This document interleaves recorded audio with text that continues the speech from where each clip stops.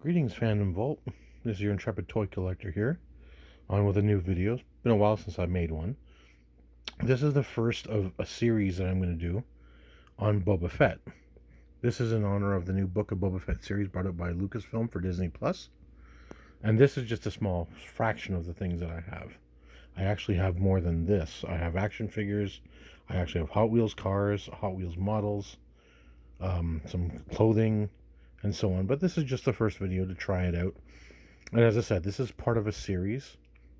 So I'm going to try to do a few of them, hopefully towards the run of the Boba Fett TV series. Anyway, to start things off, we'll start off one of my oldest pieces.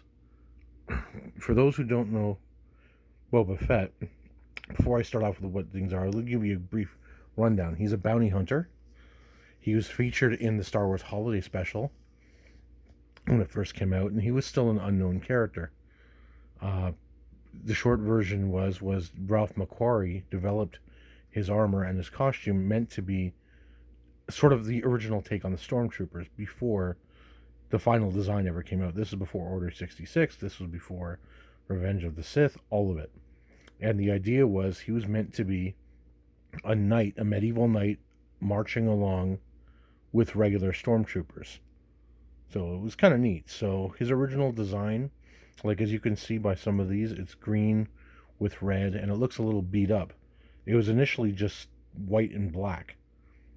And that was just when they first designed him. And even at the original showing, they just used a stunt guy that worked on the original movie just to fit the costume. Lo and behold, so many years later, now he's the most recognizable character in Star Wars. In Return of the Jedi, they ended his character off by dumping him in the Sarlacc pit at the beginning of the movie. Spoiler alert. So for the last few years, he's been in kind of a Schrodinger's cat situation where if a writer decided to pull him out, they would bring him back to life. Hence the new the new show, which is called The Book of Boba Fett. Tomorrow, it's debuting on Disney Plus, and it should be pretty good. Anyway, now with the basics out of the way, we get started on every piece that I have one by one. This here is a Boba Fett coin bank, made of entirely plastic, but it's posable a little bit. The heads does twist, although it's a little stiff because I haven't really used it much. And the arms are a little adjustable. But what he's meant to be doing is pointing his gauntlet before he gets dumped in the Sarlacc pit. Pretty dynamic pose, actually. I apologize for the dust on the figure. It's been quite a while. It's been sitting on a shelf. But it actually adds to the design elements of the figure. But yeah, it's got the Mandalorian T armor, as you can see on here. It's got the dent. That was actually done by a blaster bolt that you see later on. It was meant for the Clone Wars. They were going to show how he achieved it. In Attack of the Clones, we find out it's actually Jango Fett's armor. He's just used it, and as you can tell, it's worn up and beat up. But they're very, very true to detail. There's the symbol. Can't right now remember the name of the beast that this is supposed to represent. But again, I can't think of the name right now. I apologize. I'm also tired. This is 8:30 at night.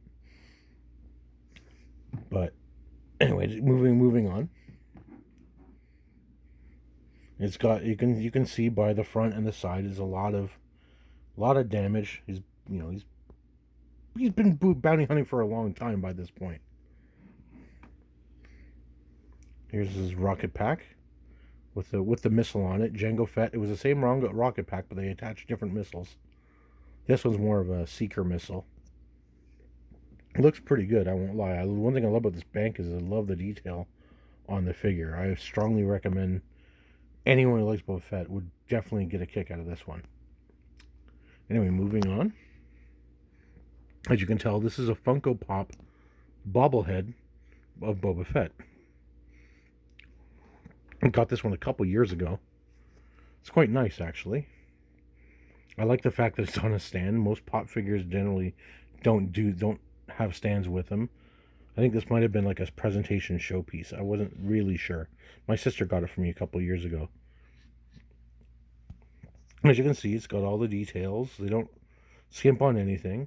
I mean, some of the details, like here, like on the other one, how it's colored gray on the back of his helmet, it's green here. They like to simplify whenever they design Funko. But having said that, they do a really, really good job. Got the lines on his armor. It's kind of how he looked like when you first see him in Empire Strikes Back. Moving on. This isn't... Apologize for my hand in the way. This isn't Boba Fett. This is the Mandalorian. From the Mandalorian series. And I cannot remember his name right now. I do apologize. I know I'm going to get some correction in the comments. So I have watched it. I do know it. I just can't think of it right at the moment. And it's just... And this is in the first season on it with a speeder bike. And you see his weapons there. And you can see there, it's the same model they use for any Mandalorian in the Lego set, except he doesn't have the antenna. But it's not really an antenna, it's actually a scouter. So when he's looking for bounties, he can detect if they're worth money or anything of that nature, and who they are and so on, how they want them dead or alive. And for those that like it, he also comes with a tiny Grogu. Grogu does come out, although it's going to be really hard to take out. Oh, okay. He's a little minifig. I'll fix him after. Now this one here, this is Boba Fett from Disney Infinity. Now this game hasn't been around in a long time, but they had figures of everything. They had Star Wars, they had the Disney characters, they had all kinds. Same deal. It's a little more simplified. The design artwork almost reminds me of the Samurai Jack cartoon. Even though it's not, it kind of has the simplified stylistic elements of it. He's got his rifle, which I actually like I love the blaster. Same deal. They didn't skimp. I love the pose that he's in.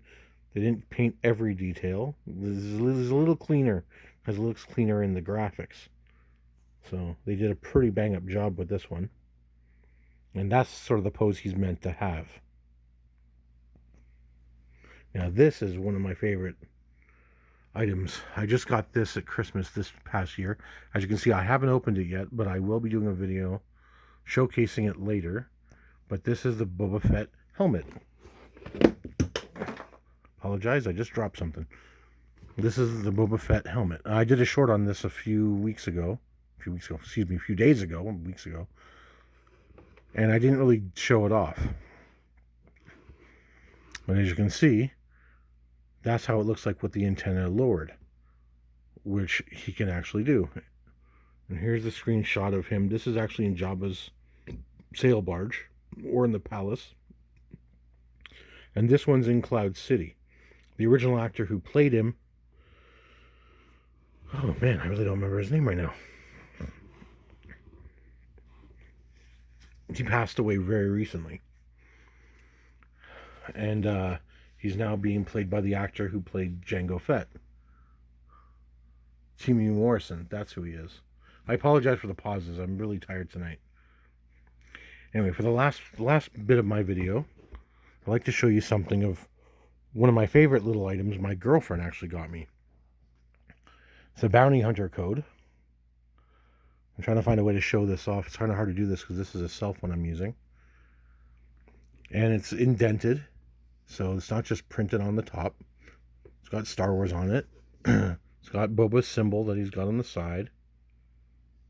It's a company that made it, and there's the same Beast logo on the back. You know, just to show you the same design language. And inside, the pages are kind of neat because they look a little bit rough around the edges, but that's by design. This talks about the Bounty Hunter Guild, how much money that you can make, the creed, as you can see on this page here, it's the creed that they all take. So one bounty hunter cannot go after another bounty hunter's bounty. You know, it's styled off the Wild West. In fact, Boba Fett himself is based off not Dirty Harry, but the character from The Good, the Bad, and the Ugly. Because he's a loner, a man of few words. And lo and behold, because he's a man of few words, it gave him more mystique in the character. He was actually meant to be the big bad guy in Return of the Jedi, but George Lucas had changed him. Yeah, see, this is really neat. In throughout this book, there's little notes left by Boba himself, and not just Boba, but Bosk, like the other bounty hunters. It's really, really neat. I recommend anyone who likes this kind of supplementary material for Star Wars, you really would enjoy this one. And what's really cool, I'm going to skip it ahead a little bit. I really got to get a stationary for this camera. The different houses, the different bounty hunters. These are the different crime syndicates and the different customers they would often be employed by. So Boba Fett was hired by the Empire, and he was also hired by Jabba the Hutt. Oh, here we go. Here we go. That's what an approximation of what Boba Fett would have looked like back in his original design. And see, here's what the missile looks like. This is more like the Jango Fett missile. And then the one next to that is the Boba Fett missile. So it's an interchangeable piece. And see, the thing is here, this whole section and this part of the book is based on Mandalorians.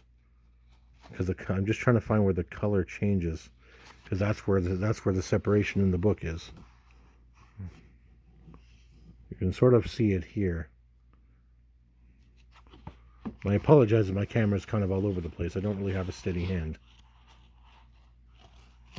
There we go. Yeah, so here we go. This is the Mandalorian Death Watch.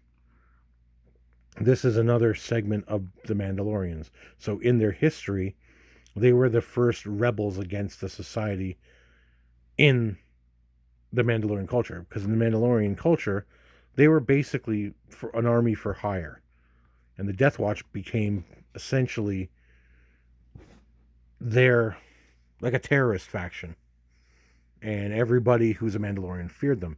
Now, there's been some debate whether Boba Fett has always been a Mandalorian or not. Well, according to the Mandalorian TV series, they did answer that he, in fact, is a Mandalorian because his father was what was called a foundling, which the Mandalorian in the TV series is. And they show what's called a chain code, and it's basically a family tree. Anyway, it's getting late. I'm kind of tired. This is Phantom Volt signing off. I hope you guys enjoyed this one. I enjoyed making it. Have a good night.